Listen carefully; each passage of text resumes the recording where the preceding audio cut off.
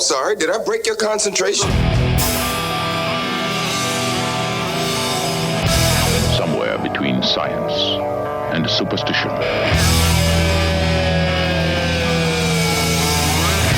We have such sights to show you.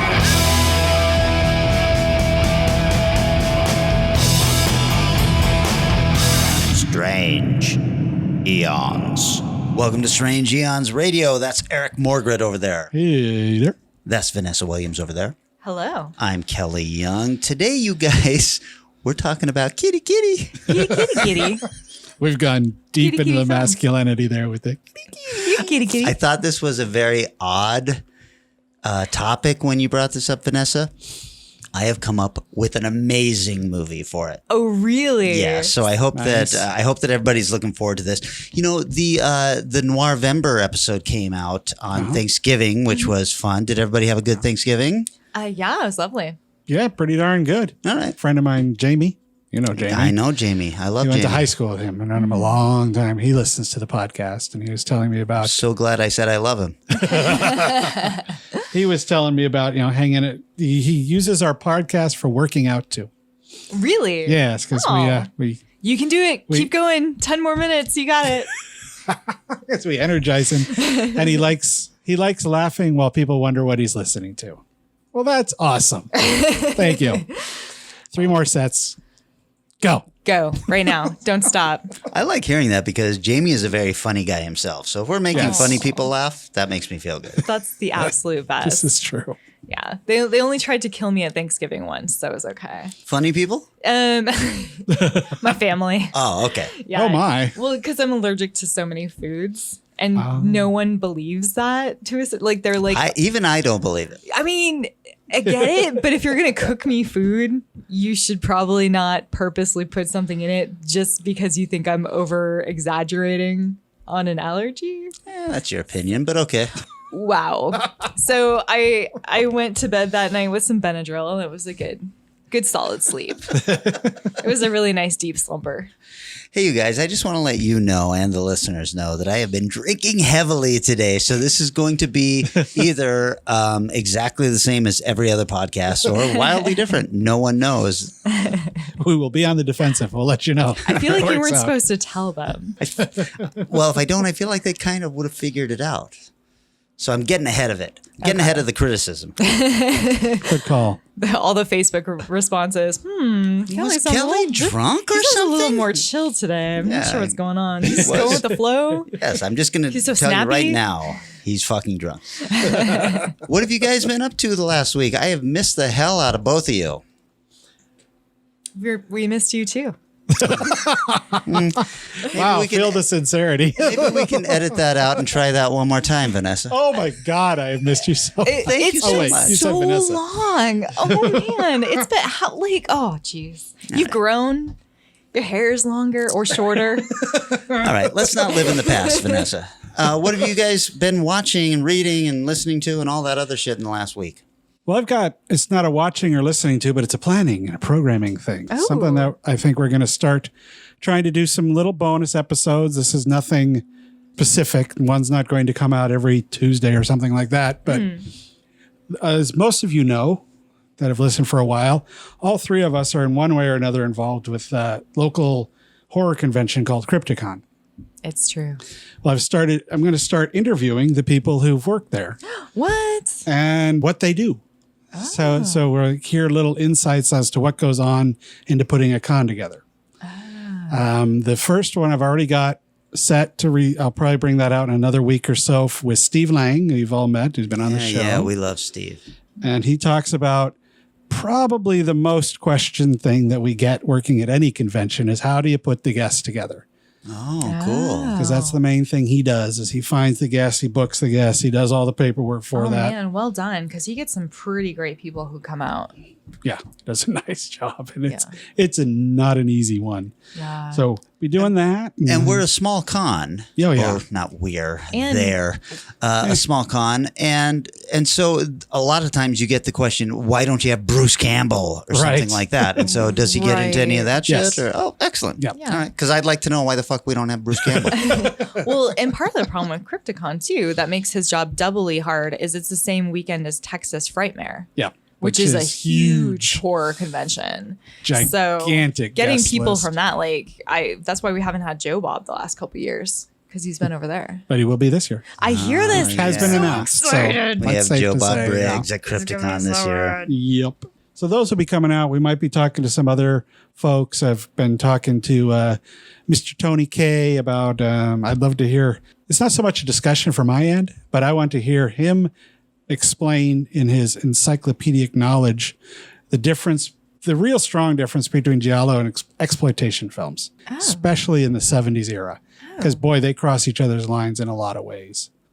We got some other stuff coming up. Watch for sporadic things. It'll be on the same feed. If you subscribe to us regularly, you'll get those as soon as they come out. So wanted to let you know they're on their way. It has been too long since we've had Tony on the show. So I'm super True. happy to hear this. And doesn't he have a regular podcast also? City of Geek? Yes. Yeah, he Yeah. appears with them. I don't know if he's full regular now, but I think he is. Well, then never mind. He's turned his back on you, on us, really. Well, actually, what happened, Vanessa, I hate to tell it to you, is that we were trying out, regular hosts, and then you showed up and we were like, no need to go any further. So it's not like he turned his back on us. Sorry, Tony. Yeah. I snagged your spot. That's right. It's okay. He's wanted. City of Geek, they're ready with open arms. Also, Tony is maybe, look, if aliens were to land on Earth, I would nominate Tony to be the person to, represent the human race. So would I. Yes, I would tell him. definitely. I would shove him in the spaceship and be like, just ask him. Right. He'll have the Tony, answers. take care of this. He's just the nicest guy on the planet. It's true, and so smart. So smart. Well, did What? anybody watch anything then? Well, I mean, I've got a long rambling thing to talk about, and I don't know if I well. want to take it all up. So Well- whatever you guys watch first, and then we'll jump into my shit. Well, actually, before I mention anything that I watched, I chopped down a tree today. I You saw, cannot tell a lie? I saw a post that had you holding a chainsaw, and you were all teeth in this post. You were so so fucking happy. happy. I was so happy. I've been waiting. It's been a year that I've just been desperately wanting a battery operated chainsaw. And so I was promised one for my birthday, but I had to pick it out, which meant I had to go through like 20 super dude heavy reviews of chainsaws. Like guys who were like, oh yeah, I tried this one and the torque is like 80% of whatever. Like this one needs oiling, but the chain's yeah. So I read a bunch to pick the perfect chainsaw. So I'm really excited to give it a try. But today I didn't get to use it. I actually ended up just using a normal saw. Oh, what have we been watching? Oh, yeah. Well, apparently Vanessa's been watching chainsaw videos. Only a few and wood stacking videos, but which are really good. I went and saw Parasite a couple weeks ago. Okay, Man, I I've need been a wanting to full see that. review. Oh my gosh. It's interesting. Like I think that it's really, really good, but I don't think it's a perfect film in the way that a lot of people have been describing it. I don't think it's like Parasite's like the best. It's my top 2 films of the year. It's really strong and it has some really great in-depth looks at society and upper class and lower class and the way in which it's treated in Korea, I believe is where it's shot. Yeah, and it was the story is really interesting. It takes a lot of twists and turns along the way. The characters are great, but there's a few moments where there was some violence that I just didn't feel like was super justified, and it never built up to it. Okay, so then tell me this. What genre is this film? Oh my God. I mean, it's like a social drama with mixtures of horror and comedy in it. Okay, that's what it looks like. Yeah, no, it's mostly if I had to say it did one thing, it was like a discussion about like social topics. So it's My Dinner with Andre with violent deaths. Yes. Really big lucky rock that is used in many different ways. And My pet rock. actually, it reminds me a little bit of Metamorphosis, the Kafka Oh, yeah. story. There's like some really interesting overlaps in it. Is this on wide release now, or was this a limited? It was. It's in it was a theater. small theaters. Like Yeah, I don't. it's think in it's, few theaters around here. I don't think Okay. it's streaming yet. No, not. No, I know it's not streaming, but I wasn't sure if it ever got a wide release or if this is just something that is kind of going from city to city right now. Yeah, I saw it. I mean, it was playing probably at 3 or 4 different theaters around town. Okay. So I think it got like a decent release, but like, so it wasn't like, oh, you have to come to this one night or this one weekend at this one theater. It was more, it's got a couple of weeks in a couple of places, but not all over. I got a good solid. This is a successful foreign language film. Yeah, I mean, I release. saw it at Northgate Mall. So Oh, okay. Wow. For those who are listening, that is actually a decent big. Yeah, Theater AMC here. or Regal or something like Plex. that. Yeah. Is that what it is? some kind of Plex. I don't know. Okay. No, I think Oh. you're right. I think it's Regal. Some kind of Plex. That's the same director that did The Host and Yes. Snowpiercer. Oh, so nice. I'm really interested in seeing I think this. you should definitely. I mean, I would definitely recommend it. It's super unique. It's super interesting. It's definitely an enjoyable watch. It's just I don't know if it's like an awe-worthy film. So I would love to hear your take. So please go out and check it out. Okay. Will do. I watched a far less challenging film, but it was entertaining. 21 Bridges. Oh my gosh, I was wondering about that. Have you seen this one? No. It stars the guy from Black Panther. Yeah. It's story-wise, it ain't breaking any new ground. Oh, If you watch the trailer and go, this looks what happened, you're probably correct. However, it is fun to watch. He is great. There's lots of good performances. It's a lot of fun to watch if you're wanting to watch because just a regular old police movie, which you don't see a lot of anymore. yeah. It's a good one to watch. That's a I had no dying problem with it. genre Yeah, it Of really the is. 2000s. Yeah.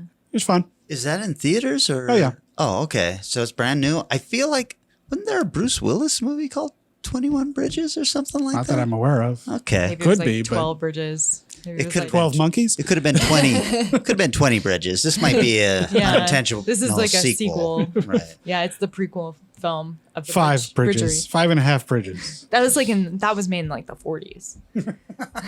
You're going way back when you're looking at 5 bridges. What- The original 1 bridge in like what was it, 1921 came out. Right. Right. People now they watch that and they're like, it's just one bridge. I mean, I know. I get You it. For can't the live up time, to a it. bridge was a thing, but I mean, you see a bridge, they all look the same after a while. I think we've all been drinking this morning. I do appreciate that Vanessa's decided to match my level of drunkenness without having I'm a gonna meet single you drink here. today. I'm gonna meet you here just based off of my water, and we're gonna go. All right. What else? Let's see. Something worth watching, maybe, you think? Well, actually, 21 Bridges was pretty fun, but watch another Val Lewton, Oh, The Seventh Victim. Oh, okay. yeah. I haven't seen this one. This is pretty good. It was Mark Robison's first film. He went on to also work with him on the ghost ship Isle of the Dead and Bedlam. And Earthquake. That's right. Yes. I mean, without Val Lewton, of course. No, probably not. Yeah, I don't think Val Lewton was there for the 70s He stuff. passed away before that. Written by Charles O'Neill, was also his first film. He went on to write a lot of Lassie. Yay! That poor dog. And Dewitt Biden, who worked on Cat People and Curse of the Cat People. Oh yeah. Mm-hmm. Starring Kim Hunter in her first film. Ooh, She went on to a lot of stuff, Yes, including 3 Planet of the Apes movies. I got a bit of a crush on Kim Hunter. Especially Especially when on she's in her monkey Zira makeup. monkey Planet of makeup. the Apes. Yeah. Oh yeah. Also, Streetcar Named Desire and The Swimmer, which we talked about on here a while Yes, ago. the swimmer. And Rom Conway, who's in several Lewton films and a series called The Falcon. Which I remember coming up on the Shadows podcast, but I don't remember why. It may have just been his. Yeah, He had to get out of it, or he had to leave Lewton for that series. I don't remember. the name sounds familiar, but I can't brain right now. Yeah, it's really a Lewton noir film, even more so than A Ghost Ship was. It's a solid, good old noir. Basically boils down to a young lady coming back to New York to look for her missing sister. And since I wasn't going to talk about it, I didn't take any more notes. So, but it's a good Lewton. I enjoyed it more than Ghost Ship. I thought Not a horror then No. at all. No, Interesting. Not really. It's It is good. It's got solid twists and turns and strange stuff going on. It looks great, especially considering so many people involved with it was their first film. And you can see why Lewton kept working with a lot of these people. Because like, all right, you did this on an early film where I, of course, had no money because he never had any money. So Yeah. This was still RKO years, right? yeah, I believe so. Yeah, I think it was Okay. one of his early ones. Well, obviously one of his early ones. What does yeah, RKO, 1943. What does RKO stand for? I don't remember. If you go by the time period, I'm guessing somebody's names or a group of people's names. But Richard Killman well, like the Warner Brothers organization. like the Warner Brothers were for Warner Orphans. Brothers. They actually that was their name. Mm-hmm. RKO. Yeah, I knew at one point, and if I weren't just a tad tipsy, I could probably recall it. But Like right radio now, it's like, something? yeah, that's what I want to say is Yeah. radio something. But Probably.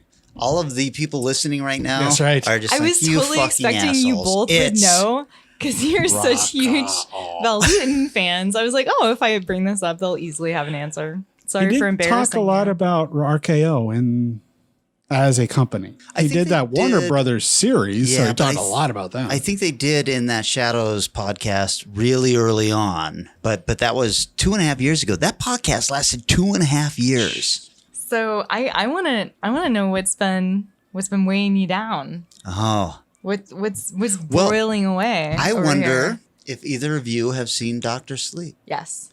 Okay. I have not, and I was really annoyed with it because about a week ago, I said, okay, I'm going to go see it. I looked at all the times that are around me. They were all 9 a.m. or 9 p.m. Oh, I'm like, jeez. fuck, I can't make any of these. And I think it's out of theaters now, or is going to be very soon. That doesn't surprise me. I took a me day last week, Self-care. a mental health day. Yeah, Where I nice. was kind of Good, like, good. fuck this job.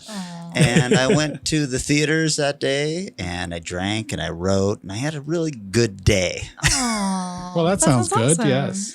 But the movie that I went to see was Dr. Sleep. Yeah.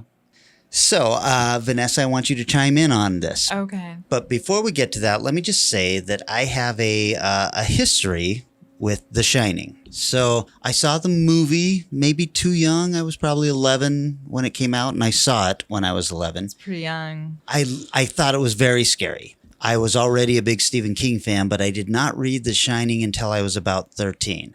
Now, my father was a horrible, horrible alcoholic. Oh no. And he quit drinking when I was 13. Okay. So a lot of the stuff in the book really resonated heavily with me. And it is my favorite novel of all time. Right. I've read The Shining maybe 20 times conservatively.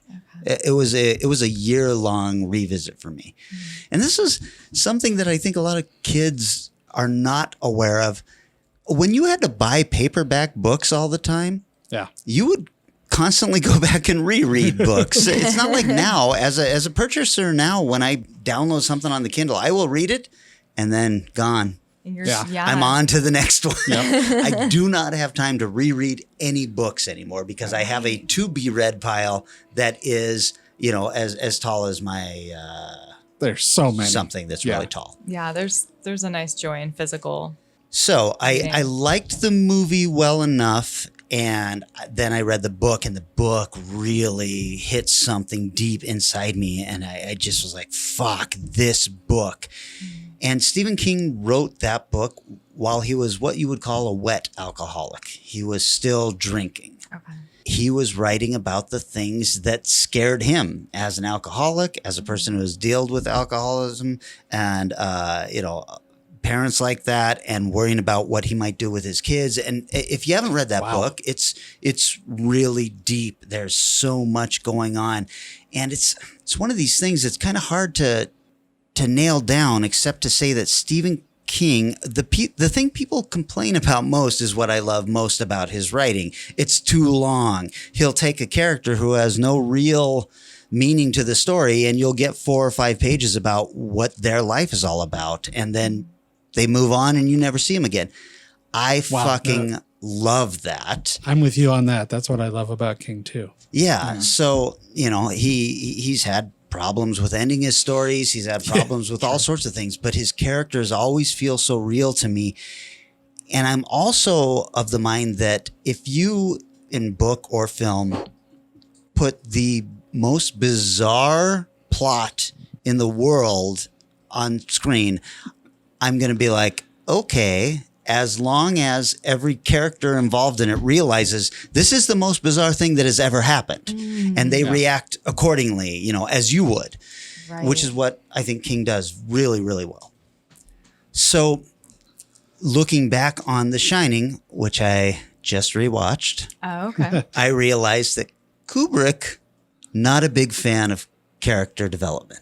Right. His films are super cold. Yeah. They're analytical. Yep. They're all about the angles and the technical brilliance of filmmaking. And I won't take that away from him. And that's coming from a guy who does not care much for The Shining as a film. And it's only because I think it's a poor adaptation of the best book ever written.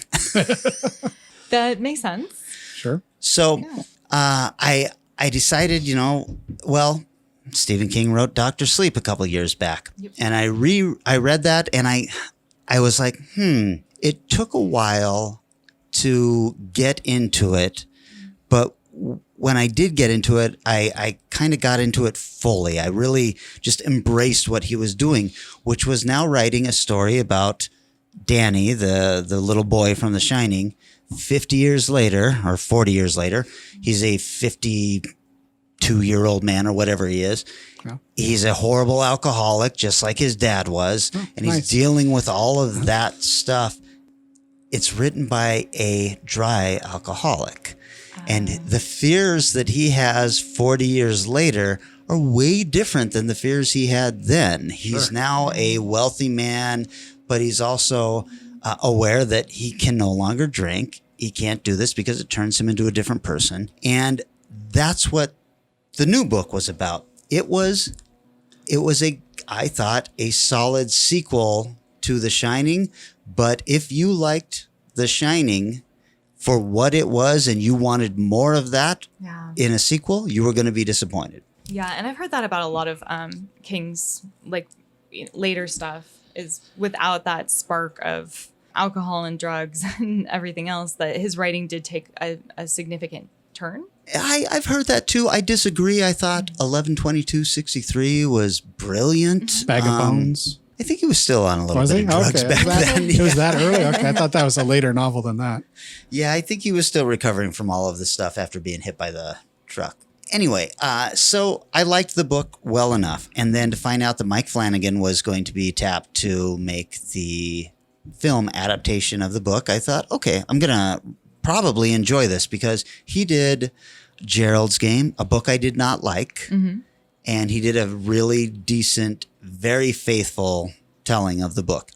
I think the book is not good, and the movie is very true to it. So if you like that book, I think you're going to like that movie. I did like Gerald's Game, but I have not read Gerald's Game, but I did like that. And there's something in Mike Flanagan's style that I like virtually anything he does, even if kind of like Kubrick, where I'm not saying he's Kubrick, but there's styles with certain directors that there's just the way they do things that I just like the way he constructs his stuff. It's funny because, I didn't like Gerald's Game, but I really respected how he managed to pull off an actual, turning a Stephen King novel into a film or a miniseries is really hard, because the visuals are really difficult to put on screen without it being laughable. And I felt like he actually did a great job of achieving that in Gerald's Game. So, especially a film that a lot of people said, a book that people said was unfilmable. It's a person tied to a bed.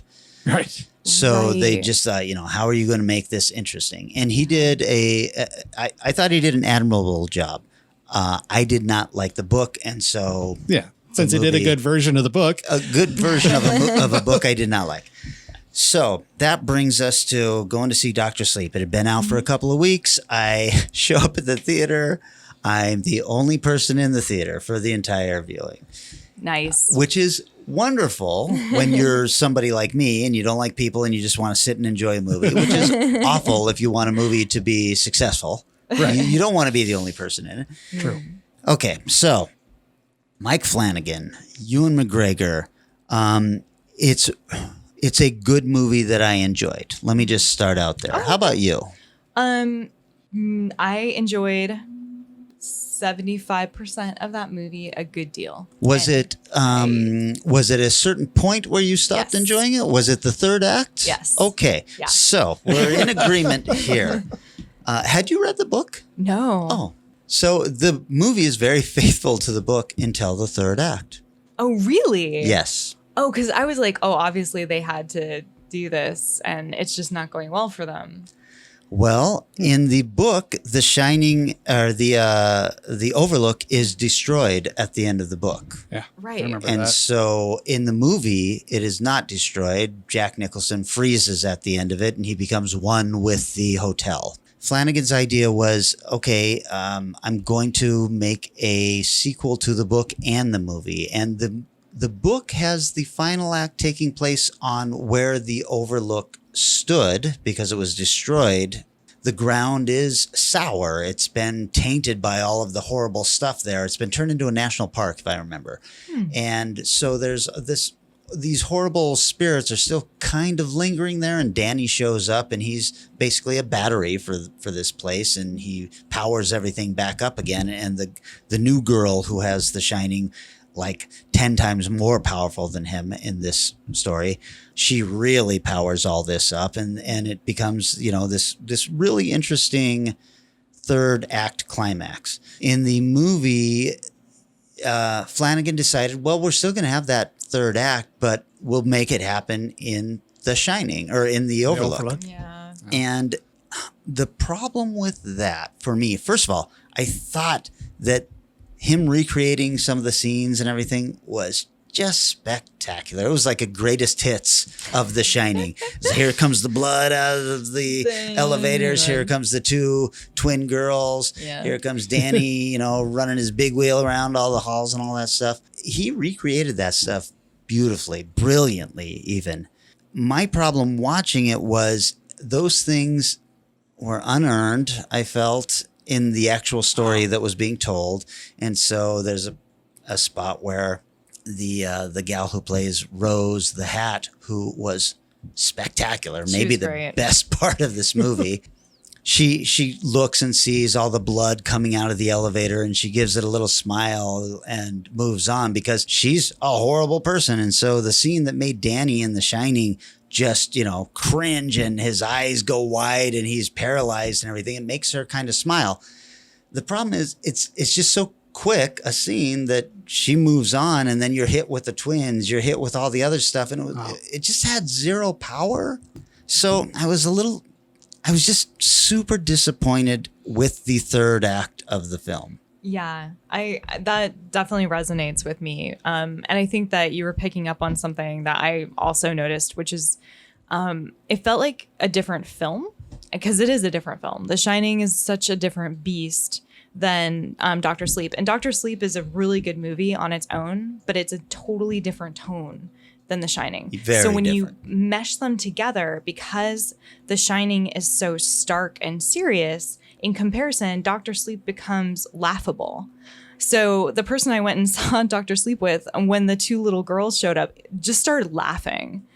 Which was really rough because, like you said, it was beautiful. It was perfectly like recreated.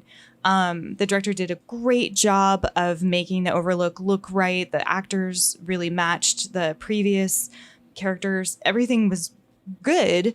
It just was the wrong film. It was such a huge misstep to go in, and therefore it felt cheap. Yeah, I think I agree with you in that it did feel, I don't know if I would say not cheap as in inexpensive, but cheap as in tawdry. Yeah, like like you said, like unearned and like almost like a weird grotesque twist of what it should be and is on both sides. And I'll tell you, so, you know, I explained my history with the book and my actual history in life.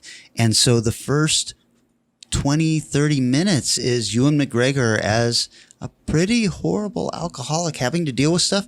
And my shoulders were aching from the tension of that first 30 minutes and how it affected me. And I was near tears because the stuff that he was going through, I saw in my dad back then. Wow. And it was like, God damn, this is some powerful fucking shit. And then it kind of moved on and became this weird like road trip movie. Yeah, to become a road trip There's movie. a strange shootout scene that I kind of remember from the book. I don't think it went down that way exactly, but Right. there's a shootout scene Yeah. that once that happens, it kind of negates the end of the film where they're waiting at the overlook for Rose the Hat to drive up. And I'm like, well, we know that guns are effective now. Why don't you just sit in one of those upper windows with your gun and shoot her when she shows up? Oh my God, that's so smart. I didn't even think about that, but that's super true.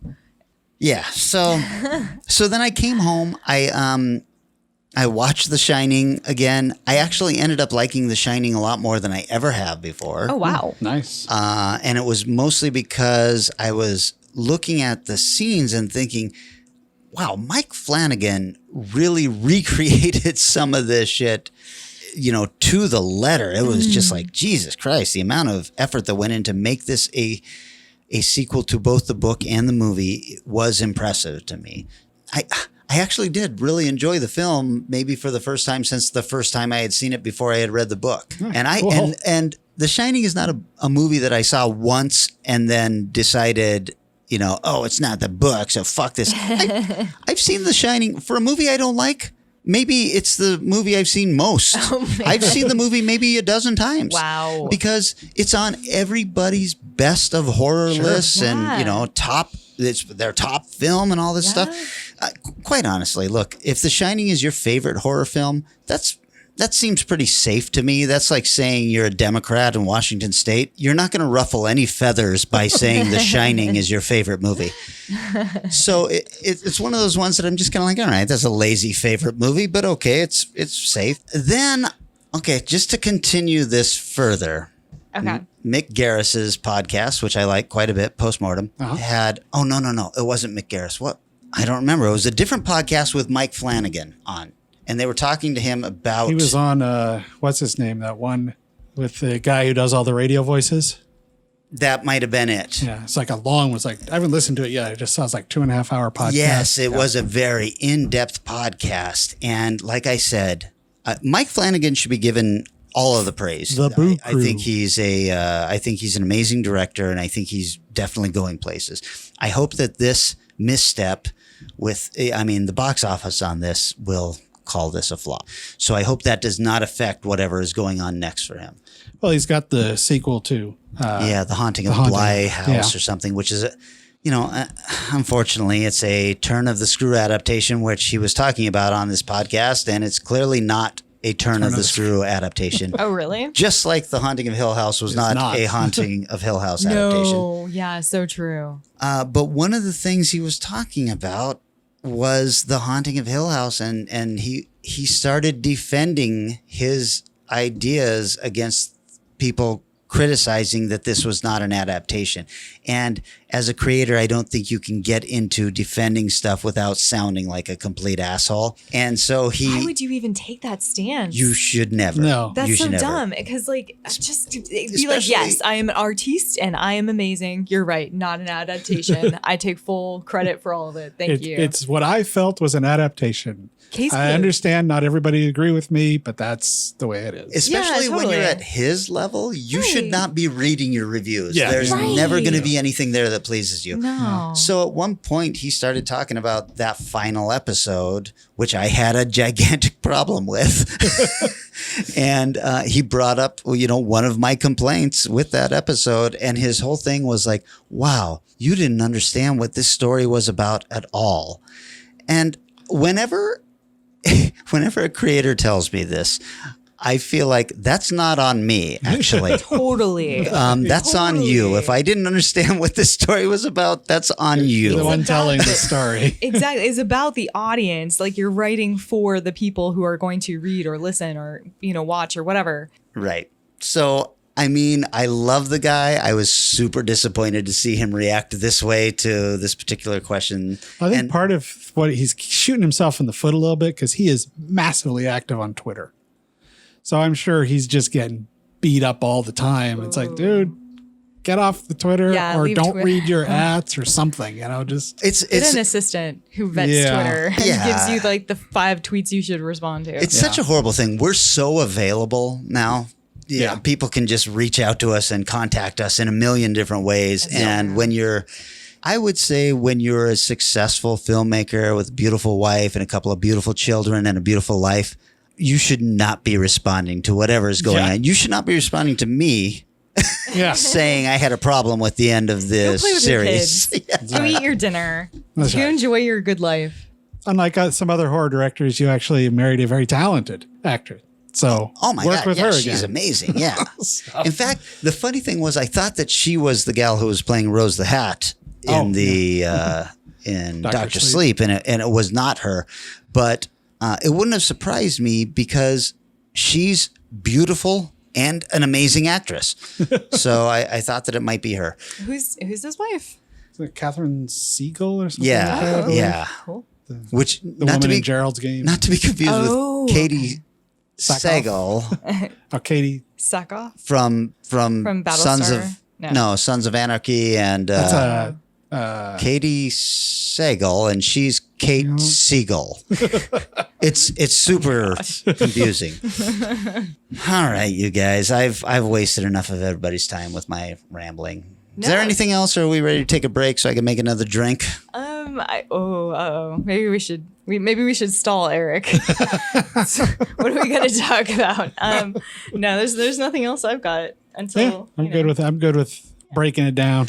Everybody, please take a drink. We'll be right back.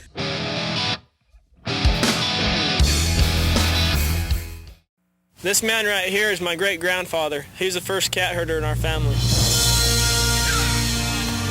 Herding cats. Don't let anybody tell you it's easy. Anybody can herd cattle.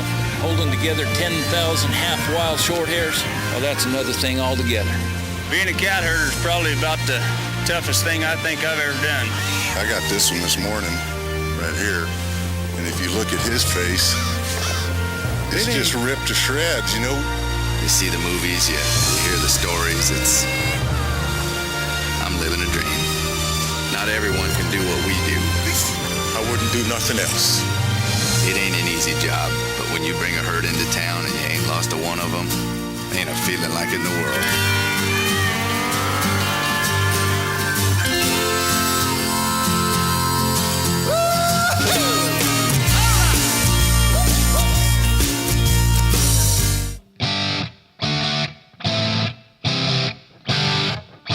And we're back.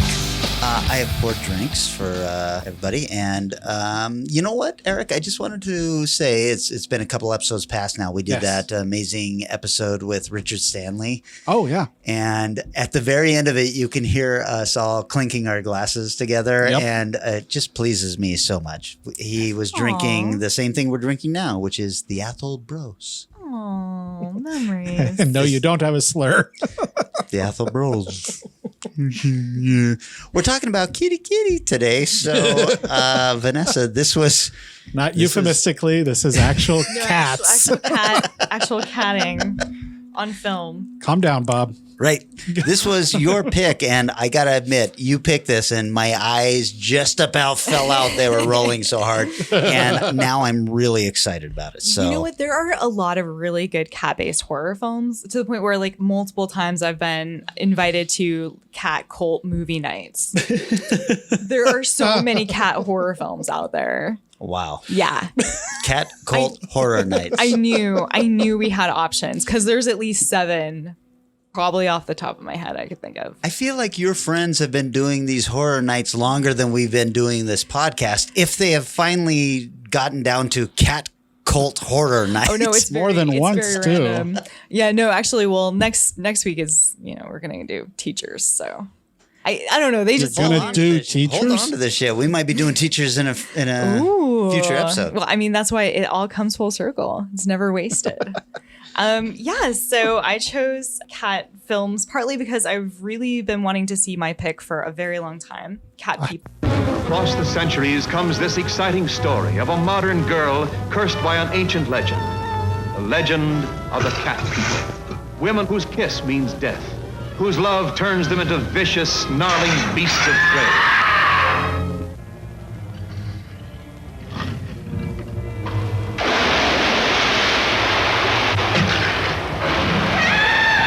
Twice I've been followed by something that was not human, something that attempted to take my life. I believe that was the cat form of Irena. Why should she wish to harm you? Because I'm in love with her husband. It's shut, Val. Just a minute ago, it was open.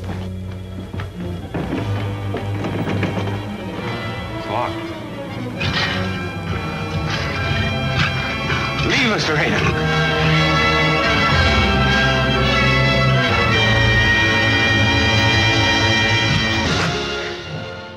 Excellent reason to pick a genre. Exactly. See, I'm learning, guys. I'm like, coming up to speed with your methods here. So Cat People, I mean, you both are huge fans because it's a RKO Val Lewton picture. Yes. So you've both seen it. So you already know how amazing it is. Yes. Spoiler alert, it's good. All right, nice. I was worried of another, bride kind of thing After Bride of happening. Frankenstein, I was like, oh, she's going to hate this. No, I just like a good story. That's all. I'm very influenced by good writing and film. So that's where we had the disconnect. This would explain why you haven't finished my script. Oh, snap. I have like the last 3 versions, I guess, on my desktop. How dare you? Which version is this? I assume Damn you've got it. a new one. I was actually about to start reading yours, but I was like, wait, I should ask him if he's got a new version. Yeah, whatever. Anyway, off topic. So Cat People, made in 1942. It's a 73-minute long picture. It's got really good ratings on Rotten Tomato, 93 from critics, 73 from audience. So the audience was not as wowed as critics, but not a bad score. Yeah, I bet you because it's a sensational title and it's not a sensational movie. It's a very subtle movie. It is a subtle film, but it's also like it is bigger than I expected as well. There's a lot of kind of really interesting, large scale, to me, plot points, even if it's dealt with very mutedly. Yeah, the budget was pretty low to kind of how we would think of it, which is $141,659. It was actually $7K under budget. Yeah. Amazing. Right, yes. Yeah, I'm sure he got like a lot of slaps on the back for that one. And then the box office brought in an estimated $4 million. Yeah, it was a big It was a big hit. It did well. They made a star out of what's her name? Out of Simone Simon. Yeah. Simone. Yep. There's no E at the end of the second one though. I think there's an accent on the O or something though. Is there? Simone. I didn't write the accent, so makes sense, guys. So it was actually was released on Christmas Day, and it was so popular that a sequel was born out of it, which is Curse of the Cat People, and it was actually based off of a Lewton short story, The Bagheera. So. Nice. He already had it in his back pocket. Yep. I think I remember that. He wrote a short story. Yeah. Mm-hmm. Was it published? That's the thing. That's what we talk about Val Lewton a lot. And if you look him up on IMDb, you're going to go, well, what do you do? He produced, but at that time of production, he also was a main writer. They never credit him as a writer, but he was one of the key writers. And largely he'd hand it to other people to polish up. But the majority of that was his writing. So a lot of it, a lot of the creation behind it. He wasn't just a string puller who got stuff done, although he was definitely that. Right. He also helped create these films. See, and I was looking for his name on all the credits and I could not find it outside of, I didn't even come across it until I went on to Wikipedia. And I was like, it's so weird that he's not more highly credited. So I'm glad to hear that he was the major writing force behind it. From what I learned about him, he's Russian. He moved to Berlin when he was younger and then finally settled in the USA. Val Lewton, as you guys have pointed out before, is a pseudonym, one of many, many, many pseudonyms he has, which makes sense because he was also a writer and he did newspaper articles, magazine articles. He also wrote novels as well as pornography. So that makes sense why he had other alternative names. It's credited as being directed by Jacques Tournier. Jean-Jeanier. Tournier. Oh, Tournier. Jacques Tournier. Jacques Tournier. Who did Leopard Man, Anne of the Indies, and I Walked with a Zombie. The writer on it is credited as DeWitt Bowden, who is also credited for Seventh Victim, Billy Budd, Yellow Canary, and a lot of TV stuff after the 50s. In fact, pretty much only TV stuff after the 50s. But he's also credited with writing Curse of the Cat People. And starring, as you mentioned, Simone Simon. Simone. Irina, who plays Irina, Reed, aka the Cat People. She was born in France but grew up in Madagascar. She started off actually as a dress designer and a fashion model, and then she starred in a film called La Bête Humaine, and it was a huge hit in 1931. And she just immediately kind of took off from there until eventually she was a little bit limited by her English and singing. Like poor English and poor singing abilities, which really capped her knees. So, and one other fun fact about her, she was under FBI surveillance because she was dating an MI5 spy. That's right. They actually get into that a little bit in that Shadows podcast. Yeah. Oh my gosh. Yeah. Super fun. I was like, wow, girl. All right. You had an exciting time, exciting career. I think I had also read that she wasn't very pleasant to work with. Like she had a very big prima donna. I think that they touch on that a little bit, and mostly she was just struggling. You know, she couldn't speak the language very well, and you know. So was she seen as like stuck up by people essentially? Well, probably because she couldn't understand what they were saying to her, and so she would smile and not respond to it. You know, my dad is deaf as a doorknob, and that's how he responds to everybody, and they all think he's a dick too. Oh man, absolutely. So you have a couple of other really great people in here, including Tom Conway as Dr. Louis Judd, who also was in I Walked with a Zombie, 10 of the Falcon movie series that you just pointed out. Yeah. Kent Smith, who is in The Spiral Staircase and This Land Is Mine, and Jane Randolph, who plays Alice Moore. She was the lead in Highways by Night. So she played a lot of the vulnerable femmes in noir pictures. So Vulnerable Femmes. What is sounds like a weird band. She did some horror. It was kind of a mix of horror and noir that she ended up doing. Some Vulnerable Femmes. Horror. I actually really like that. What, horror? No, Some Vulnerable Femmes as like a band name. Dang it! If only I could play an instrument. I'm a little sad about this. Sing? Yeah, sing. Good singer. Available now. So I really enjoyed this film a lot. There was just so much to kind of digest in it. It was it had this sort of odd tonal repercussion, or not repercussion, but almost reproduction of how I felt while watching It's a Wonderful Life, where you have these kind of interesting things happening. What an interesting comparison. Yeah. I mean, I never would have thought that. And you say that, and I completely get what you're saying. There are like these fun moments and little characters, and it sort of structurally feels to a certain extent the same. And there's this like otherworldly thing going on, and it's dark, but it's light at the same time. But it plays that balance really nicely. Really well. Yeah. So I know it's a very odd comparison, but it's like the first one that hops into my mind. So it's about a girl who meets a boy while drawing a picture of a giant leopard, as you do, with a sword in it that she then crumples up and throws away.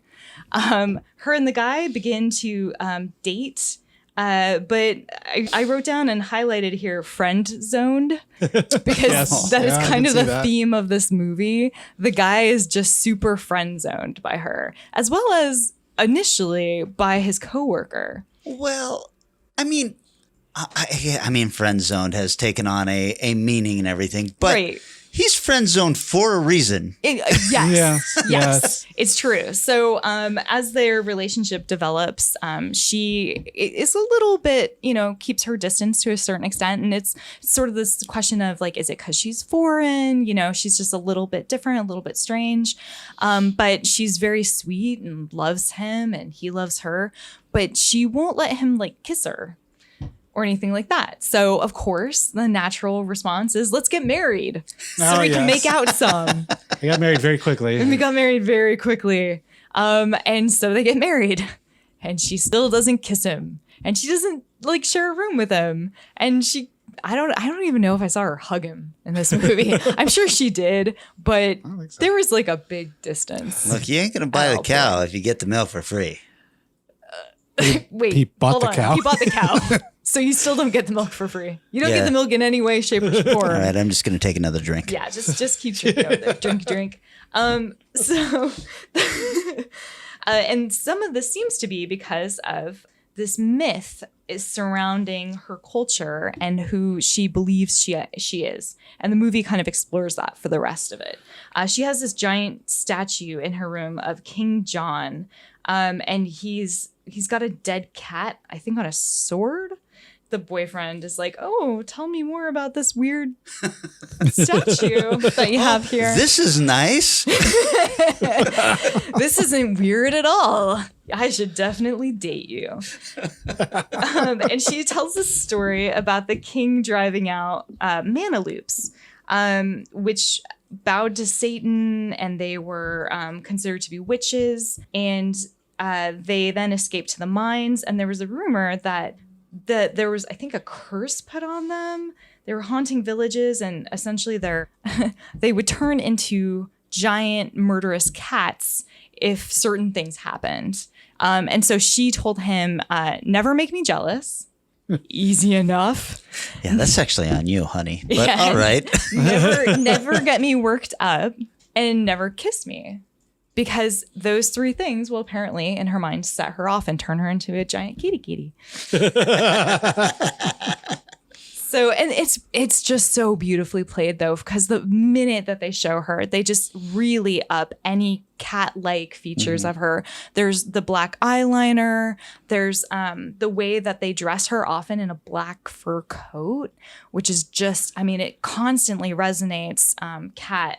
There's this moment where he gives her as a gift this canary, and she's just, her eyes grow wide and her teeth are showing. And you're just like, the first thing I thought was, Cat got the canary. That canary's not making it through this movie. Yeah, that's right. No, and it was really sad too, because she opens up the little bird cage and she starts swatting at it, and you're like, that's not how you play with canaries. And how a cat does. Like, smacking it. I think I made Kelly lose it. She's just smacking it back and forth. Oh, liquid everywhere. She's smacking it all over the place. And like, then it dies and she looks at it and she's like, oh, it's dead. I'm like, I've seen my cat do that. Yep. That's accurate. And as the movie progresses, there's more and more cat-like things that surround her. So, of course, her husband, who's like, I will wait for you until the end of time to come around. She goes and sees a therapist, and then she stops seeing her therapist, and he's like, screw it, not waiting for you. Nope. Gonna hang out with the girl that actually he had kind of friend-zoned. Who he worked with. A coworker. Yeah, who had professed her love to him in really multiple awkward ways. Yeah, I don't know. I didn't really buy the chemistry between them, frankly. I bought the friendship between them, but that's okay. I think he had a much stronger connection with the cat lady, but that's all right. So, of course, Irina, is that her character name? I've missed it now. Becomes incredibly jealous. And she starts to follow this girl around. And there's this amazing scene. Oh my God. Actually, two amazing scenes. The two that stick out and I really would love to mention is there's one where she's the girl is making her way to the bus, and Irina, Cat, is stalking her from behind, and it's all black except for a couple of street lights. And so she's walking from street light to street light, and behind her there's kind of the second set of heels. and then not. And then it's interesting. So the shot moves, so you just are looking at the feet. Mm-hmm. And you can see these heels of the other girl like stopping and turning and looking and then running forward, and then the heels that are coming behind her. And then right at the last second, she manages to jump onto this bus before she's somethinged. Whatever happens to her happens to her. Yes. And that bus scene, the bus stops and the sound is one of those. It's a jump scene, basically. Yeah. It was such a jump scare because it sounds like a giant. It's like, wow. It's a crazy, like, large cat noise. And you're like, whoa. Oh, my God. Okay, it's a bus. Yes. Yeah. Oh, my God. Such a good buildup. So beautifully shot. So well done. And then the second scene that I really want to mention is there's a swimming pool scene. Oh. Where the girl goes down to take a nice little swim. And the jealous cat woman follows behind her. And the girls jumped in the water, swimming around. And here's something. It's this just fierce animal walking around in the shadows. You never see it. Yeah. But you just hear it. And it's just like pacing back and forth. And she's swimming in the middle of the pool. And she's turning and twisting, desperately trying to keep in the middle so that this creature won't get at her. Of course, somebody comes in and she starts screaming. Somebody runs down and they're like, "Are you okay?" And then the jealous cat woman is standing there and she's like, "Just thought I'd say hello. All good. Just stopping by. Gonna leave now. Peace out."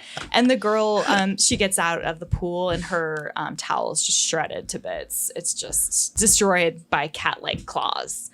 And one of the things that he talks about in that Shadows podcast is that the producer had brought in a Black Panther for that scene. Oh my God.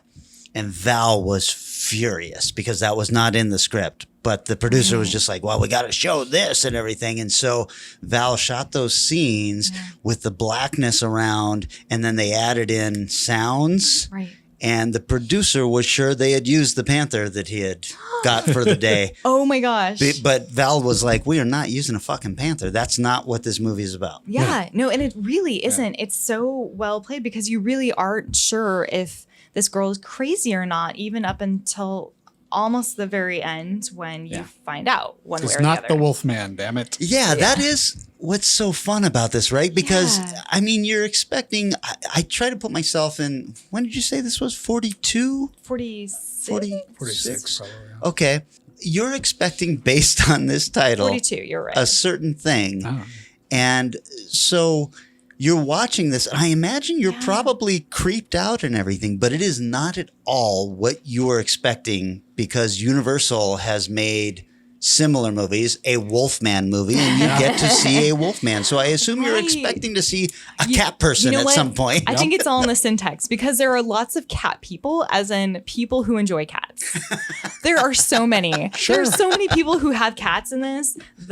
He buys a cat for her as a gift before the canary situation, and it doesn't go very well, but he likes the cat. I know. I didn't know you could return a baby kitten. And I was so sad when they put it back in the cage with the other baby kittens. I was like, no. You know what? Having seen the canary scene, it's for the best. That's true. Actually, you know what? I take it back. The girl who he ends up kind of switching over to, she has a cat that's in their studio. I think he's an architect. And so there's always a cat running around with her, and it gives her a warning at one point because the cats hate Irina, completely hate her, always are set off when she's nearby. Yeah. And then there's the woman who owns the pet shop who has a cat. And there's somebody else who has a cat too. But there are so many cat people in this. They're cat people galore. That's true. I mean, before cat people was a thing, this movie was like, well, they love cat people. You know what? They love cats. They just love cats. Nothing wrong with that. Why not? I mean, and she's a cat person. It's the big cats. She's obsessively looking at the one cat in the zoo over and over again. Right. She's also literally a cat person. Sure, maybe. That's the best part of this movie, right? Yeah. Is you're sitting there wondering as you're watching this. Yeah. I think that was Val Lewton's big thing was, am I watching a horror film or am I watching just a thriller? Yeah. Is this somebody who's insane? Right. Or is there some supernatural thing going on? Yeah, and they're constantly diagnosing her with different things, and they're you're obsessed with living in the past, but you should be in the present. And she's like, you don't understand. I'm a cat. And he's like, in fact, the husband at one point is given the choice of either getting an annulment that he can be free and clear of her or putting her in an insane asylum, an institution. Right. And he chooses the institution because he thinks that that's what's going to be best for her. And of course, she manages to escape their grasp. And yeah, I don't know. Should I spoil the end? Should I leave it open? I mean, it's let me do some quick math. It's a 900-year-old movie. So. Okay. Well, I feel like, I mean. I don't know. I think it's an underviewed film. On one hand, it's criminally underrated. Yeah. And I don't think a lot of people have seen it. So maybe we don't spoil the end. All right. Yeah. I'm not going to mention it then. I just will say that it's totally worth seeing. I highly recommend it. It's definitely one of the better films that I've seen this year. It's just, those scenes are going to stick with me. Oh, jeez. Yeah. Oh, so well shot. So beautifully thought through. The characters are neat. Just check it out. Well said. I am so glad that you loved this. And my question is now, for it.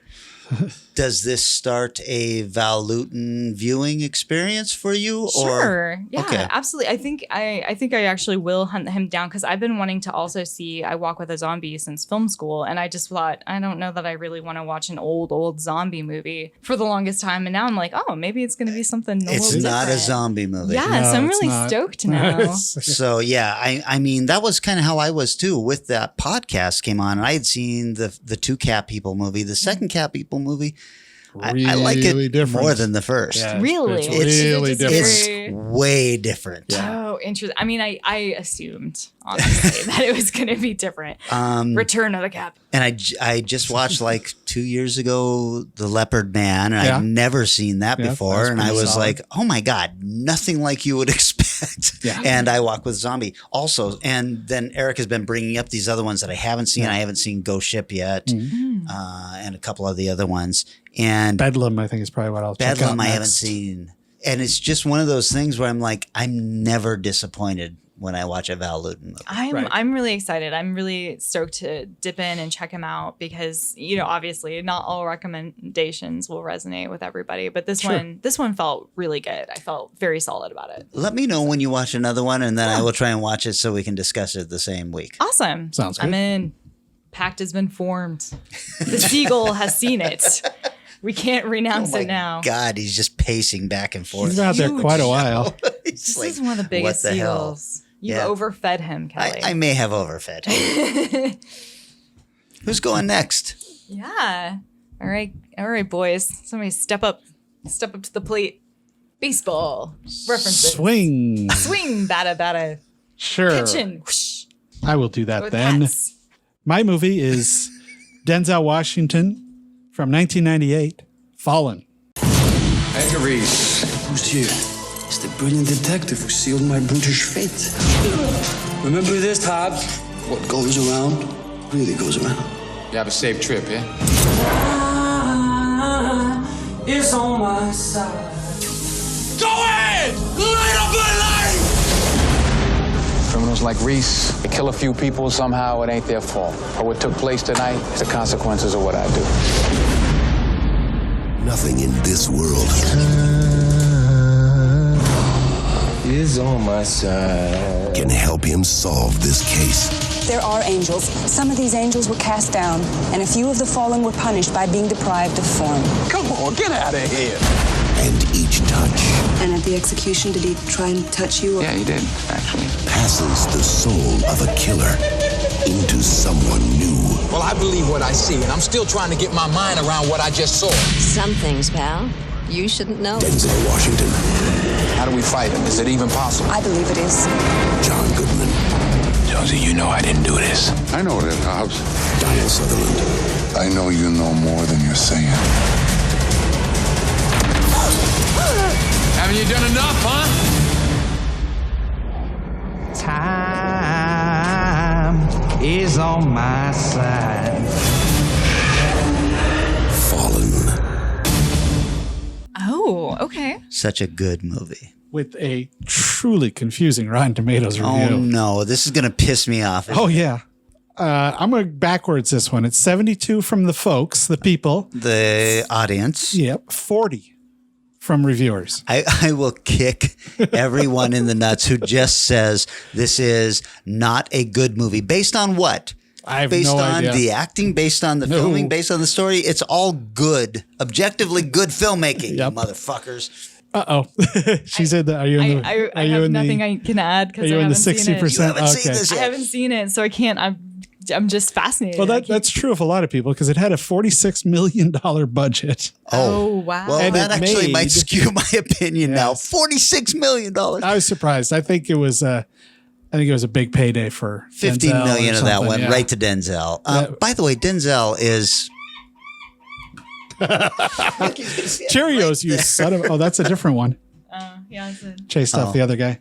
Denzel is one of our national treasures. Yeah. Are we agreed on this? At least? I do agree on that. Okay. I love a little bit of Denzel. Yeah. Equalizer. The box office, however, Equalizer, so good. Man on Fire. Man on Fire, so good. Philadelphia Story, so good. I'm trying to think of others. Philadelphia. Just Philadelphia. Philadelphia Story is a might have very different film. You know what? You're right. I've seen both multiple times. I apologize. We've But totally derailed this. The box office was 25 million. Did not do particularly well. Ouch. Ouch, that is a lot of millions gone. Yeah. You know what, though? We do. When we read this stuff off, we do, let's face it, a minimal amount of research.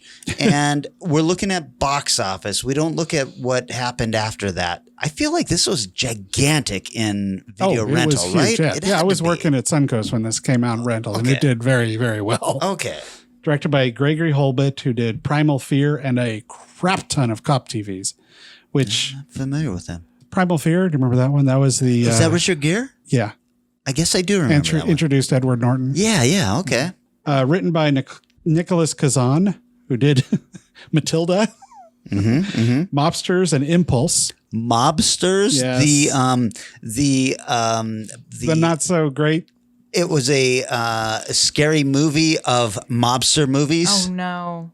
right? That's what Mobsters was, wasn't it? That's the one that had like all the young guys who were up and coming, sort of big actors. They threw them all into the same movie. Oh shit! Are you sure? Because I kind of like that movie. It's all right.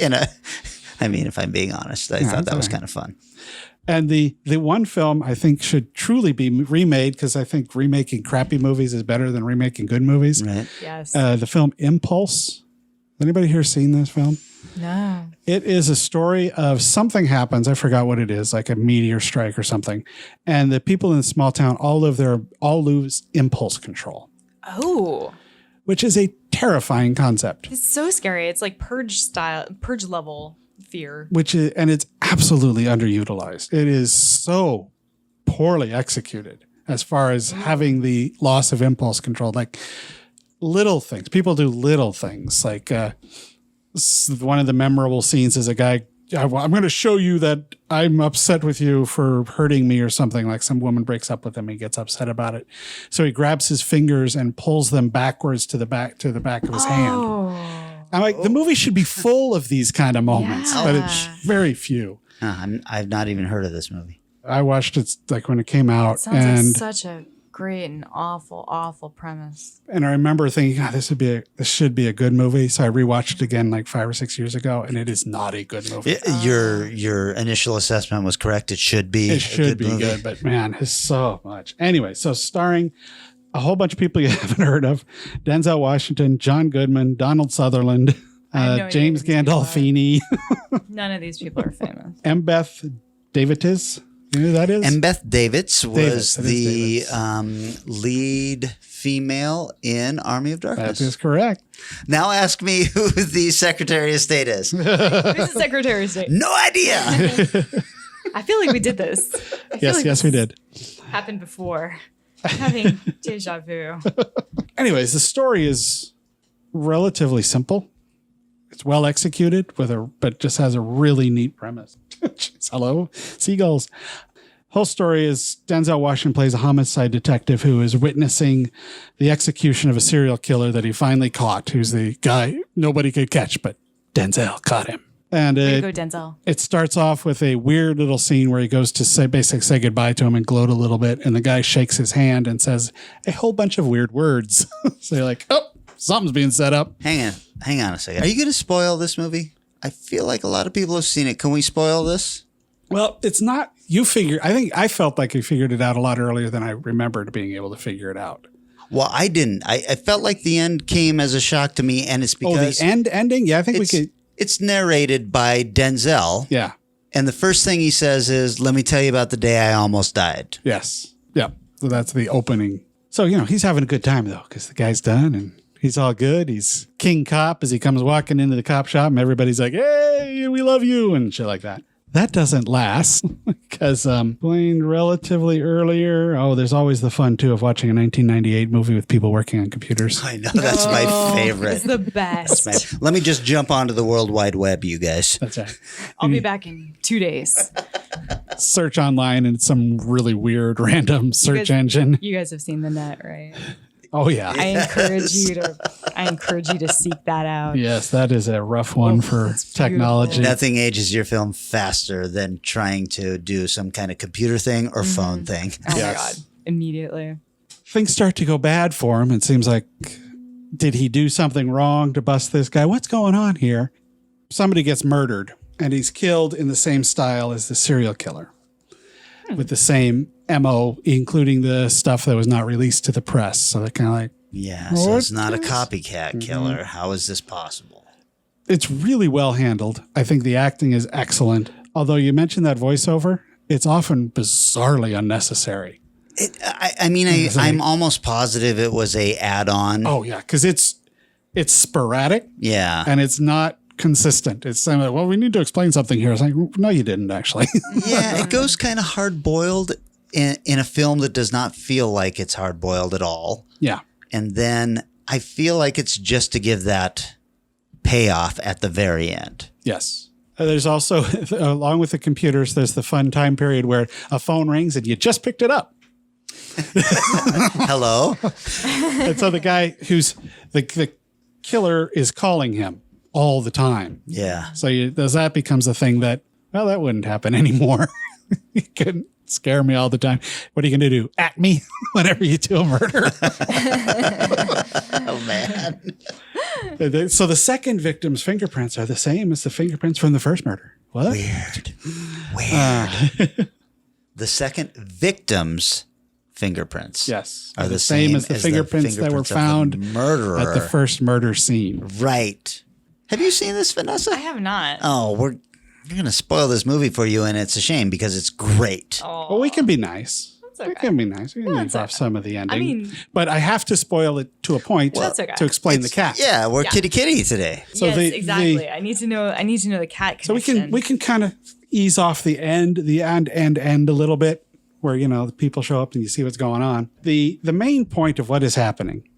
So when he touched Denzel early on, he cast a spell that allows him to jump from person to person. Yeah, you have to explain this part. Yes, whenever the killer has figured out some supernatural way, yes, to jump from, he can possess. All he has to do is touch a person. As he walks by, he touches people, and then they switch. Right. Like the second killer, he's possessed, and he makes sure to walk by Denzel the afternoon before he knows he's going to kill the body he's in. So, Denzel shows up at the second murder site going, I just saw this guy 4 hours ago. Yeah. And he keeps doing weird little shit. Like he eats the same amount of cereal and leaves all the cereal bowls in the exact same pattern for the bowl here, the spoon here, the thing here. That doesn't sound weird. That sounds like totally normal. I do that all the time. What you're saying. But where the cat comes in, yes, is apparently he can possess cats too. Oh my God. So a cat is sitting in the window watching Denzel investigate some portion. I don't remember exactly what he was doing. But then he jumps down and wanders around into the courthouse or into the cop shop and starts possessing the police. Oh.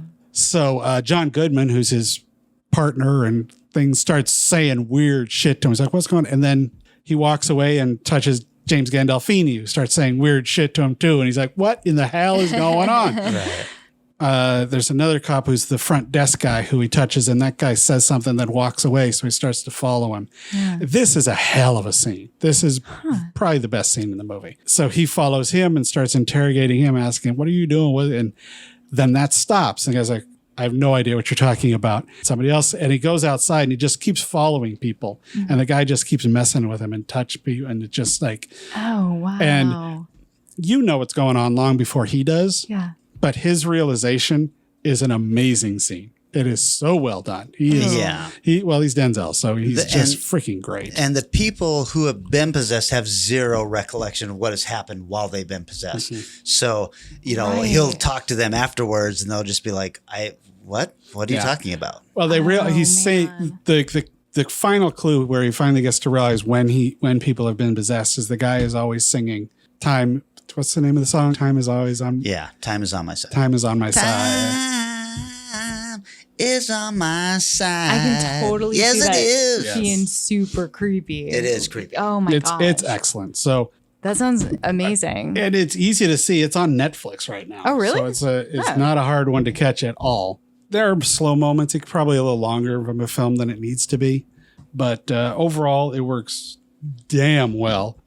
I think I'll be nice and just kind of leave it there so you can go enjoy the rest because, and that scene continues for quite a while and it ends in a wonderful way that really gets him in trouble. Yeah. So.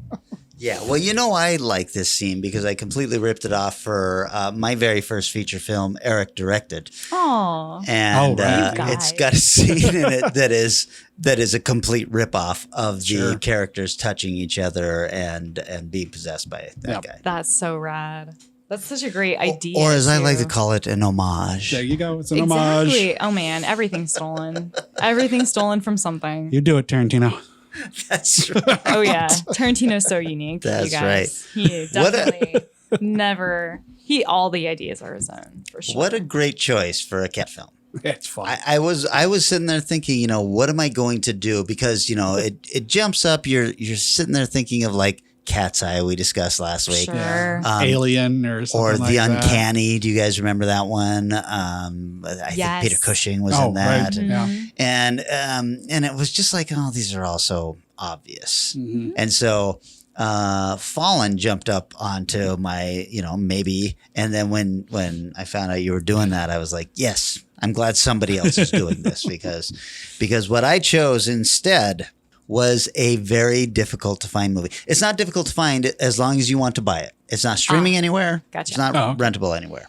Okay. But it is available if you want to purchase it, and it is called Of Unknown Origin.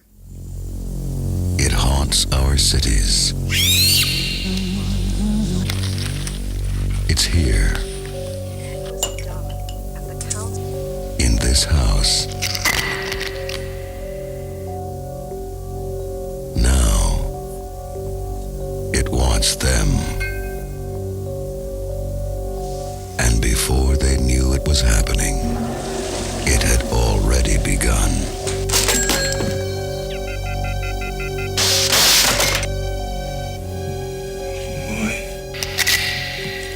What was that? House sounds.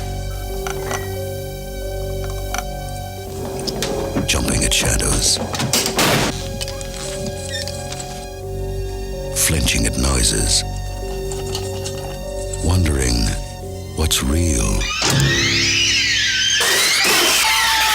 All of it is real. Everything is gonna be okay! If it doesn't scare you to death, it will find another way.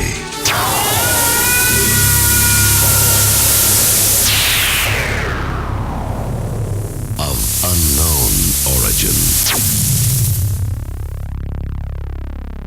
And Kelly gets another song in my head this week. From 1983. Have either of you seen this movie? No. I don't think so. This is difficult to What find. was the year again? 1983. Oh, wow. Okay.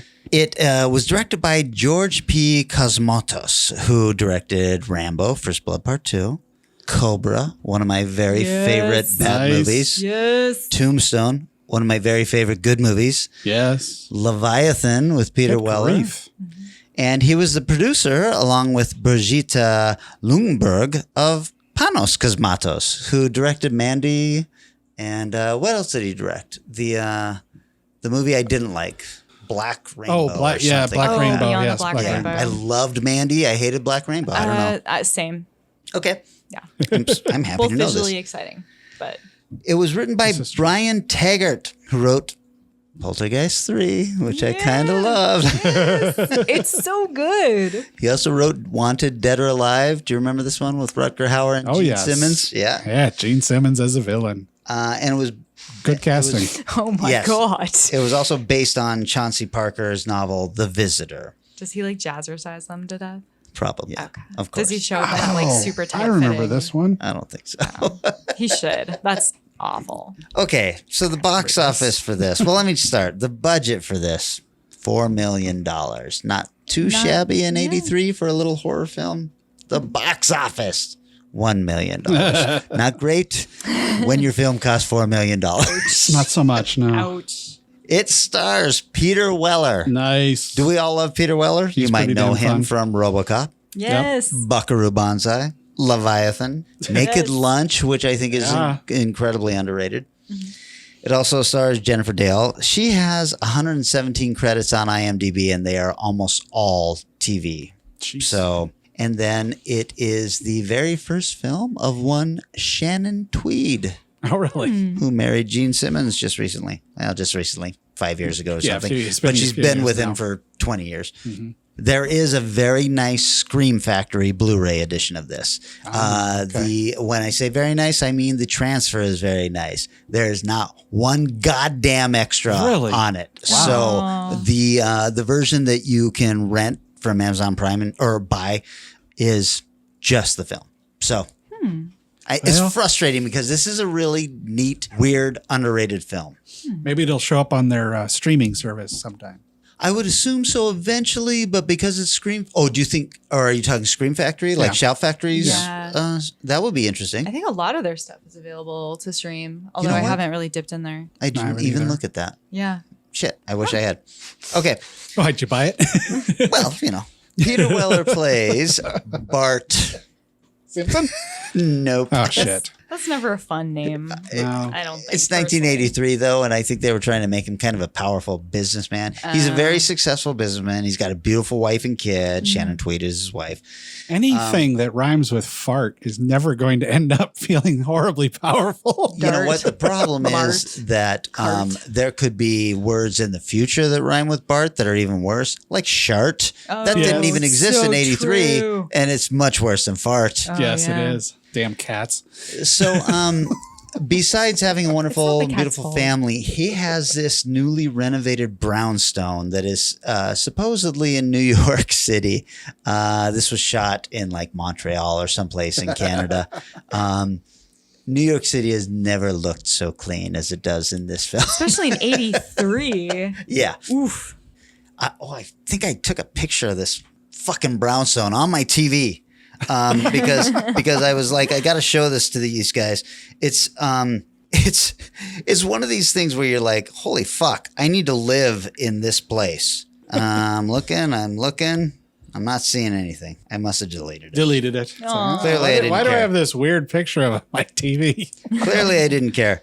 It is one of these amazing brownstones. It's like a 3-story brownstone that is on either side a gigantic skyscraper. And then there's this, it's like Doctor Strange's Sanctum Sanctorum or something, it's like the fucking most amazing. expensive It's place in gorgeous. Europe. Oh my God. So anyway, he's got this beautifully newly renovated brownstone. We should mention this again. It is newly renovated. His wife and kid take off for the summer. They head out of town. And he is going to join them later, but he's closing on a big deal at work. And this work is going to net him a promotion.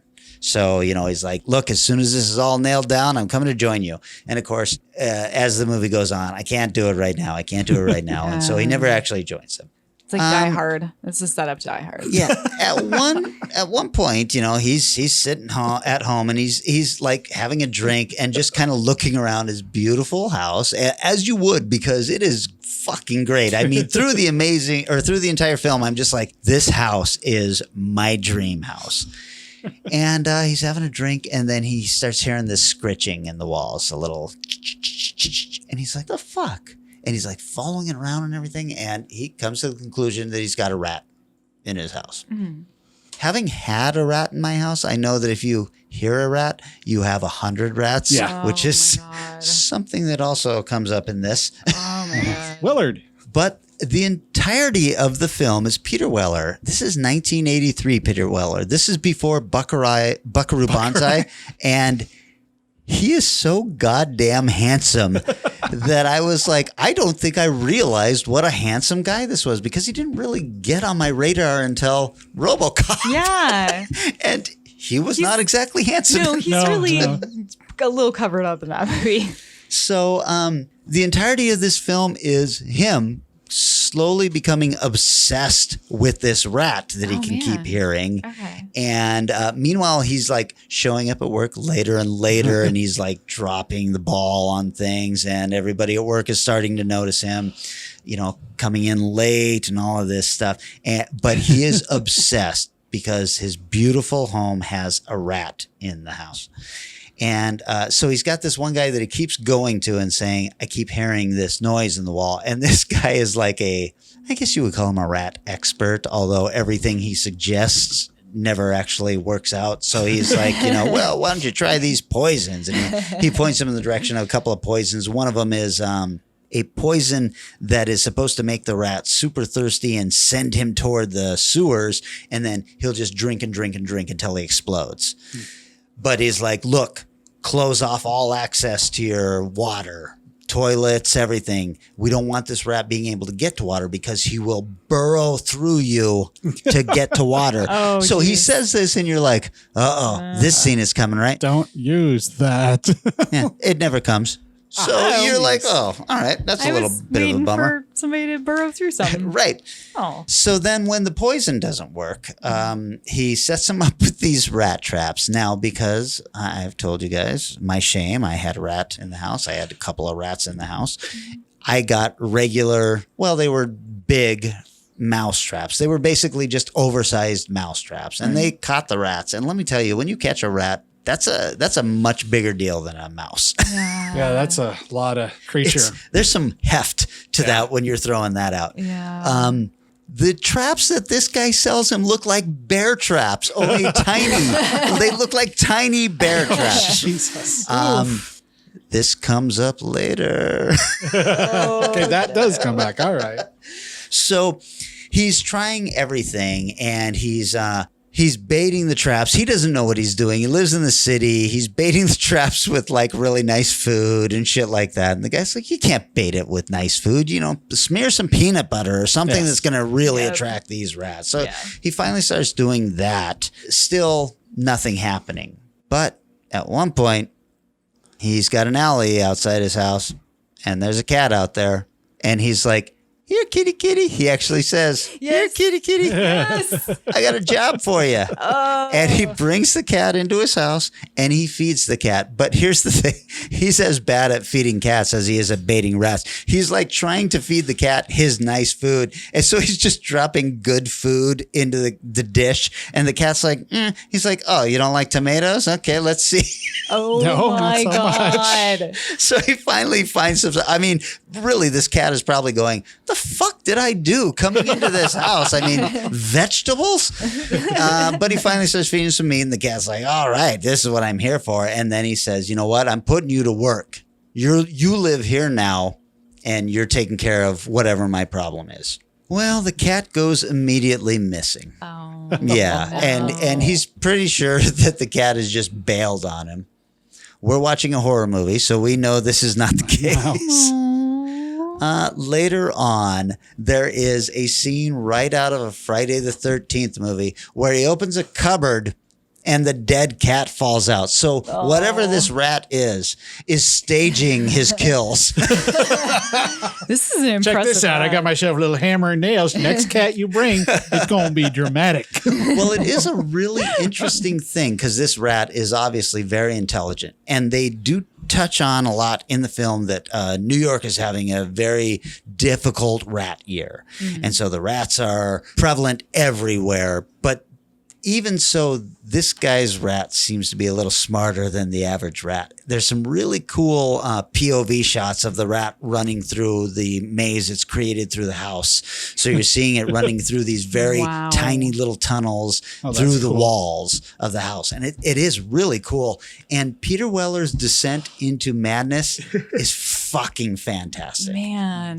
I love it because at one point he goes on online and he's researching rats. Now, very early online, it's like it goes online. It's like the New York Library, and he's looking at their microfiche. It might be microfiche, or it might be whatever their thing is, but they're showing some pretty gruesome shots of rats and the damage they can do. And they touch a little bit on, I don't know if this was made up for the film. I just buy into everything that you put into a movie. And they were like, rats are rodents, but there's no real ability to trace back to what they were before they were rats. And so they are from unknown origin. Oh. Yeah. Title reference. I'm not sure that's true. That probably not. very It doesn't. odd. It feels weird to me, Considering but there are rodents that are very I feel like you obviously could trace rodents. everything back to some kind of bird or dinosaur, right? Yeah. Yeah, that's So, interesting. I mean, everything started from a bird or a fish I feel or like whatever. that sounds like they had the title and they were trying to retroactively find a way to shoehorn it in. Well, the weird thing is the title of the book was The Visitor, and that makes Oh, more sense. Way more sense. The guy in the book is just being driven insane by this new visitor in his Yeah. house. So I'm guessing they Wasn't there a fairly big movie called The Visitor There's- in the late 70s? It was a about that weird same movie, time? wasn't Oh, it? With the okay. eagle.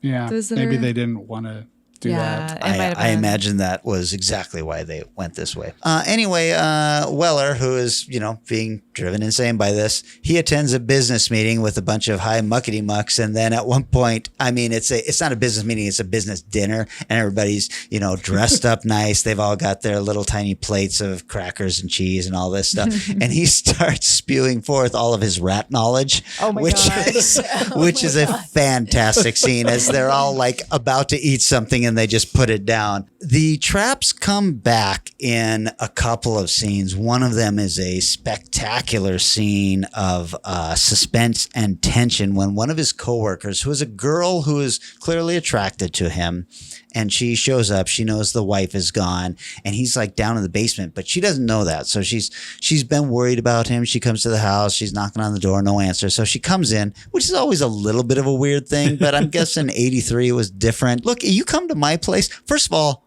if you don't call, I don't want you coming to my place. If you knock on my door, most likely I just won't answer it even. But if you knock on my door and then come in, I'm going to be furious. She does this. It was a different time. Yeah, she does this, and she's good Lord, this woman is gorgeous. She's wearing a little skirt and her pantyhose and her high heels, which she, pulls off for some reason to walk through his house. And then she starts walking through the house, which she can see because throughout the movie, he is slowly destroying his house, trying to find this rat. And I guess you could compare it to, the rat race, which was a big thing in the 80s, but also the disintegration of his mind, because we start out with this beautiful, pristine house he lives in, and it's slowly being destroyed as he's trying to get this. And he's set up these gigantic rat traps through the house, right? And she is now walking in this darkened house without her shoes on. So you see her on a couple of times step right next to one of these vicious traps. There were a couple of times where I was like, oh, God. And I've seen this movie before, but I couldn't remember if she gets it or not. So there were a couple of times where I was like, oh, fuck, here it comes. She's stepping on one of these traps. The final conflict of the movie is unfortunately not great. It turns out, he finds a rat nest. So we're dealing with baby rats and everything. And when he sees those and he decides to start dealing with it, this is when Mama Rat comes out. Now, in a movie like this, okay, let me back up. In the real life, if you were to see a rat, say the size of a Yorkie Terrier, you'd be horrified, right?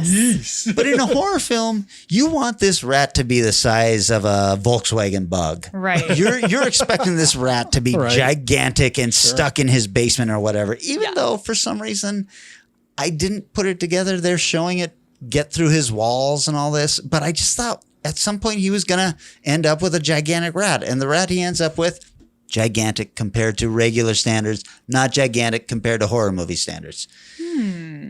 Still, there's a big battle at the end, and he manages to dispatch the rat, and then his wife and kids show up at home, at their beautiful home, and they walk in, and they're like, what the hell happened here? And he says, literally, last line of the movie, I had a party. Wow. And so it kind of falls a little flat at the end. However, the movie is so well made. It's got so much good stuff going on in it. It's Peter Weller just before Buckaroo Banzai. It's all this great stuff. You might want to even throw this away when you see Shannon Tweed in it, because you're like, she has kind of a stigma against her. When you see her name on a film, you're like, not a good movie. This was her very first film in a very tiny role, and she hadn't become the Shannon Tweed, right. the Shannon Tweed that we all knew and hated in every shitty movie we rented afterwards. I tried to look up a ton of trivia on this, and I couldn't find anything. So I know what I can say. I see in my notes here, Mike Flanagan. He referred to his movies in that podcast. There is a Flaniverse, and once you refer to your own stuff as some kind of universe, I mean, if Joss Whedon said the Whedonverse in real life, I'd be like, what a cock. Exactly. He has. And Flanagan referred to his movies. They all have little things from every other movie in them. And so he started talking about the Flaniverse, and I was like, oh no, God, I like you. Stop making me not like you. So.